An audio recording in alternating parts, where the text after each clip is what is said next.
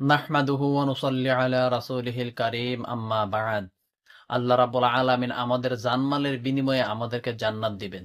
কেননা আল্লাহ রাব্বুল আলামিন কুরআনুল কারীমের ৯ নম্বর সূরা তওবার ১১১ নম্বর আয়াতের মধ্যে বলেন, ঈমানদার ব্যক্তিদের নিকট হতে আমি আল্লাহ রাব্বুল আলামিন তাদের জান ও মাল খরিদ করি। কেননা আমি আল্লাহ রাব্বুল আলামিন তার বিনিময়ে তাদেরকে জান্নাত দান করব। তাই প্রিয় মুসলিম ভাই এবং বোন, আসুন আমরা সবাই মিলে মমিন হয়ে যাই এবং পিছনের জিন্দিগিতে যত ধরনের অন্যায় অবিচার অত্যাচার করেছি সকল কিছু আল্লাহ রাব্বুল আলামিনের কাছে তওবার মাধ্যমে ক্ষমা চেয়ে নেই। অবশ্যই আল্লাহ রাব্বুল আলামিন আমাদেরকে মাফ করবেন এবং কি আমাদের সঠিক রাস্তায় চলার জন্য তৌফিক দান করবেন। আর আমরা বেশি বেশি আল্লাহর রাস্তায় দান খয়রাত করব, যাতে আল্লাহ রাব্বুল আলামিন আমাদেরকেও ইহকাল এবং পরকালে শান্তির জায়গা জান্নাতের মধ্যে জায়গা দেন। আল্লাহ রাব্বুল আলামিন আমাদের সবাইকে সঠিক পথে চলার জন্য তৌফিক দান করুন। আসসালামু আলাইকুম ওয়া রাহমাতুল্লাহি ওয়া বারাকাতুহু।